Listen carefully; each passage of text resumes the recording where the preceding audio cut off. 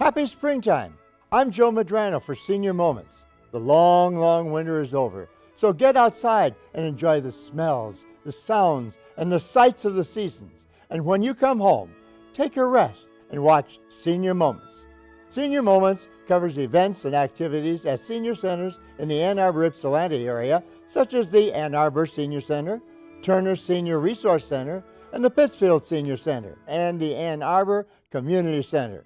Also, the show provides valuable information for senior citizens on such issues as health, wealth, finance, and entertainment. The program premieres on the last Sunday of the month, with the reruns on Mondays, Wednesdays, and Fridays at 11 a.m. and 5 p.m., Saturdays at 9 a.m., and Sundays at 5 p.m. on CTN Channel 19 for a month. So stay tuned to Senior Moments and stay healthy and enjoy your April.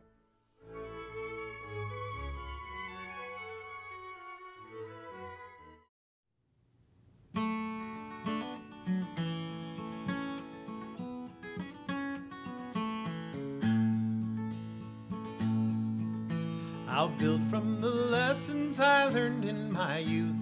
How will I lead and open my eyes and my heart to the truth? That's how I'll leave this earth. How will I leave? How will I leave this earth? When it comes my time to go, how will they measure my worth? I will live on, and those that I touched while I lived, in this journey of life from my death to my birth, that's how I'll leave this earth.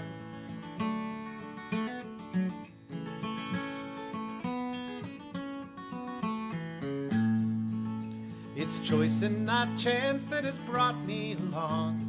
How will I leave?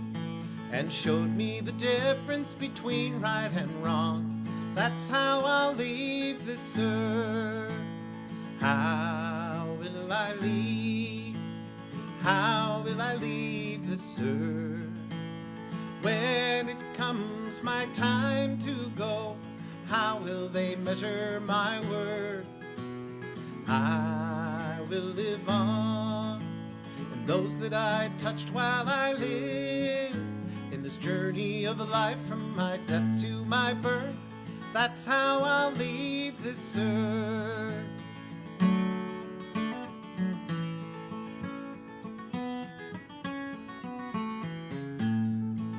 Some say we'll live on up in heaven above. How will I leave? I will live on through the ones that I love. That's how I'll leave this earth. How will I leave? How will I leave this earth? When it comes my time to go, how will they measure my worth? I will live on, and those that I touched while I lived, in this journey of a life from my death to my birth, that's how I'll leave this earth. In this journey of a life from my death to my birth, that's how I'll leave this earth.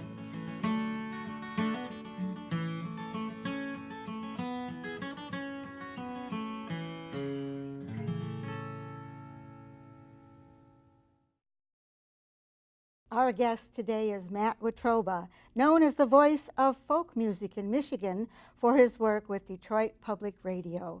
Welcome, Matt. Thank you for being here today. My pleasure. I'm so glad to be here. Now, before we get into your music, can you tell us a little bit about yourself? Sure. I was born in Detroit and raised mostly in Plymouth, Michigan.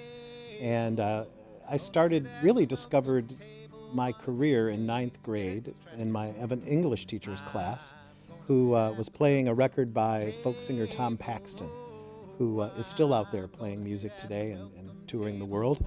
And that record just absolutely spoke to me and changed the course of my career. I always loved music as a kid. But once I discovered that particular record, it made me want to do this for a living. And so it was really the discovery of that record in my 9th grade year. I live currently in Farmington Hills, Michigan with my wife Kim. We have 4 grown children. And I spent 12 years of my life as a high school English teacher, and then I dedicated myself to full-time performing and part-time radio around 2002. So since 2002, that's what I've done for a living. Traveled around the country, played a lot of local places.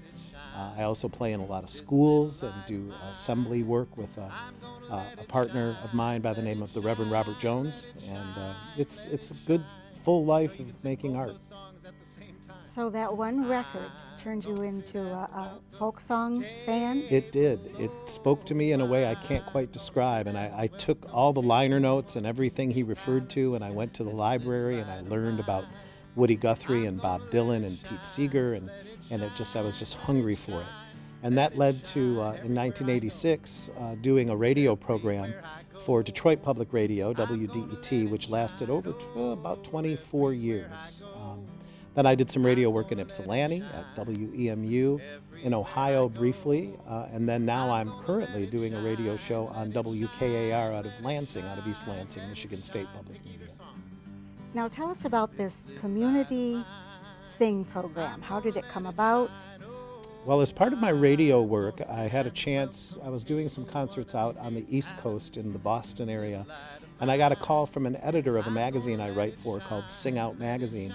And Mark Moss, the editor, said, "Hey, I have this opportunity. If you'd like to swing down to New York, Pete Seeger has offered up an interview, a one-on-one interview." And this would have probably been in around 2006. Pete was, I think he was at that time 89 years old. So I, of course, did that and swang down to his hometown of Beacon, New York. And I'll never forget, it was a beautiful rainy Sunday morning.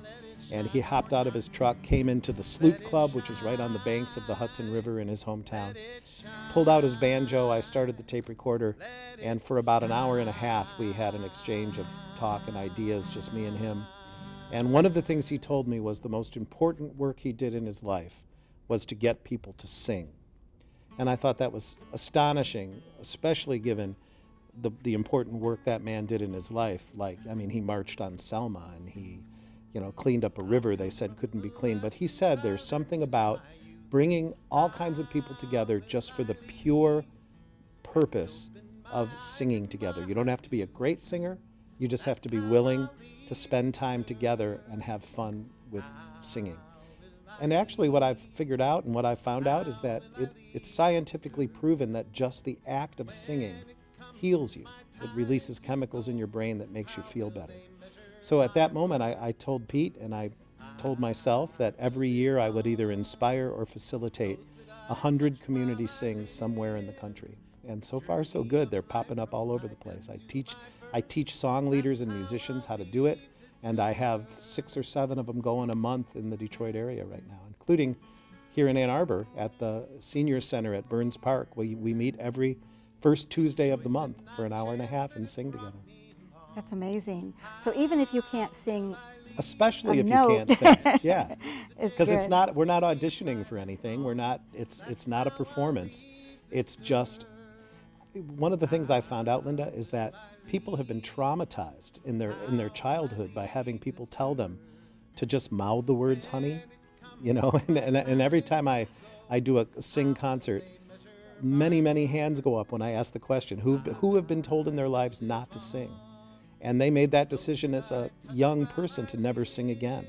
And it's amazing to see what happens when people can express themselves in this way. I don't care if they sound good. I don't even know what that means. It's not about how it sounds. It's the act of doing it. Now run through a community sing for us. You get there, what do you do? Well, imagine there's a big circle of people in this studio. And I'm never on stage. We're always in a circle. I'll always get us started by doing a whole bunch of familiar songs, getting them confidence. And the way I like to do sings is we go around the room and you can either lead a song yourself, you can suggest a song that I may know or somebody else in the circle may know, or you can simply pass. And I try to get all the way around the circle in an hour and a half. And that even leaves me as a musician vulnerable, because I find myself doing things I would never do in concert, trying songs I've never done before. Sometimes they fall apart and we laugh because it's not about performing for an audience, it's about having fun with singing and music. And everyone leaves much happier than they were when they came. Every single time. Yes. It's really astonishing. I've been playing music professionally now for 30 years, and nothing has quite the effect that these community sings do. They're lovely. Oh, it sounds really amazing. Now you write songs. I do. One of these songs is "They Used to Play Baseball Here," which really resonated with me, and I'm sure would also with our audience. Most of us fondly remember the old ballpark. Where do you get your ideas? Well, for that song in particular, I was driving home from my radio program at Wayne State University, and rather than hopping on I-96 and heading west, I decided to just get on Michigan Avenue. And when I crossed that little sacred corner of Michigan Avenue in Trumbull, this was probably in about the 4th year of the stadium sort of dilapidating before our eyes, because I have to tell people, in Detroit, we don't just tear something down. We wait 8 years, before we do that. And all of a sudden, these memories just came flooding over me of all the times and all the great times I had at Tiger Stadium.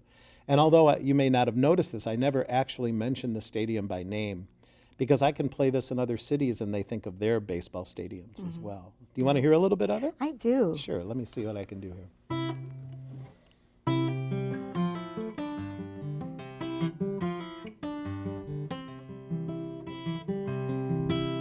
Drive on through the broken gate, past the booth now still and dark, where once the cars were bathed in light, spilling over from the park. I flip my keys to Jim or Steve, find my seat and have a beer. But this old house is coming down, they used to play baseball here. The stadium has moved downtown, leaving nothing on the street. They traded in a neighborhood for a corporate box or suite. I know it's good for business, that point has been made clear. But this old house is coming down, they used to play baseball here. And I always think of my dad when I sing this song, because so many of my early memories of Tiger Stadium are with him, Yes. I can hear the Pete Seeger influence with the protest in there. That's a little bit of that too. And I love Comerica Park, but there was something special about Tiger Stadium. There was, and many people will attest to that. Tell us just briefly about some of the other songs that you have written. Anything stand out in your mind that you'd like to tell us about? I've started writing songs late in life, and so one of the things I was really influenced by classic and old country music. So some of the early songs I wrote had a real country feel to them, but since then I just I write on a variety of topics. I think, having not done it my whole life, I feel like I hit the ground running in my 40s, so I didn't have to write all those boring songs about finding love and losing love and finding love and losing love. But I think, especially when it comes to folk music, the world of topics are open to you, so you can write about just about anything that occurs. Yes. Now, you've won many awards, and the most recent was 2016. What was that about? Oh, I was very honored that where I live in the Farmington Hills area, the Arts Council there awarded me the Artist in Residence Award, which was a really sweet thing, because I've been doing a community sing at the Farmington Libraries on the last Tuesday of every month for about 3 years. And so that kind of work in the community led to that honor. And so it was really nice to be considered the artist in residence where you live is a sweet thing. Oh, well, congratulations. Thanks. It is wonderful. One last thing, you have a lot of events planned. I'm sure that people can find this on your website. Can you give us your website address? Sure. If you just go to it's my name, Matt Watroba, which is MattWatroba.net. And I keep a full array of all the gigs I do. I do a lot of work with my friend Robert Jones, who we did back-to-back radio shows together. And Robert is an expert on African American blues and spirituals. And we also do a lot of schools and programs in schools all across the country, not just here in Michigan. So it's a pretty full artistic life. I'm very, very, very fortunate. Yes, that's wonderful. Could you do one more song for us? Oh, I'd be happy to. All right. This is a song that was, like so many others, adapted from those old spirituals to be used during the civil rights movement, which really was a movement that sang. So they took these old songs, they changed a few words, and everybody sang. So let's hear you sing at home. I'm gonna sit at the welcome table. I'm gonna sit at the welcome table one of these days, hallelujah. I'm gonna sit at the welcome table. I'm gonna sit at the welcome table one of these days. You get it? Let's try it again. I'm gonna sit at the welcome table. Oh, I'm gonna sit at the welcome table one of these days, hallelujah. I'm gonna sit at the welcome table. I'm gonna sit at the welcome table one of these days. I'm gonna taste that milk and honey. I'm gonna taste that milk and honey one of these days, hallelujah. I'm gonna taste that milk and honey. I'm gonna taste that milk and honey one of these days. Oh, sing it out, I can hear you. This little light of mine, I'm gonna let it shine. Oh, this little light of mine, I'm gonna let it shine. This little light of mine, I'm gonna let it shine. Let it shine, let it shine, let it shine. You know, you can sing both those songs at the same time.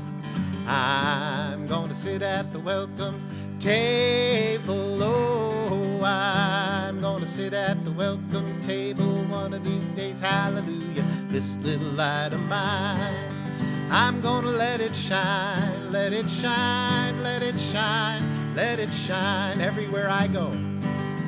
Everywhere I go, I'm gonna let it shine. Oh, everywhere I go, I'm gonna let it shine.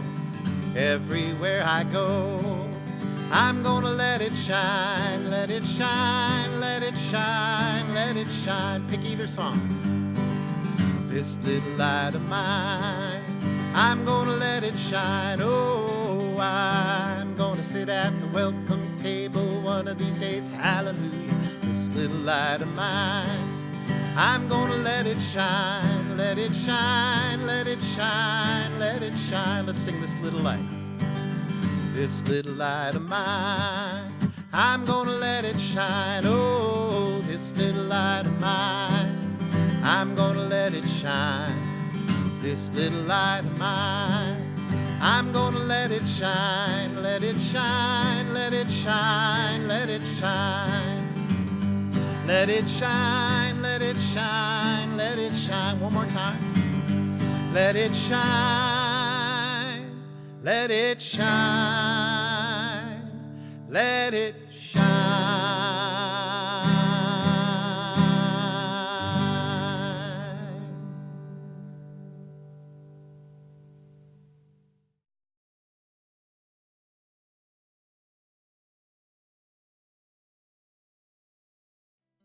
Thank you for joining us on Senior Moments. I hope you enjoyed the show. I'm Joe Madrano, and I wish you a happy April.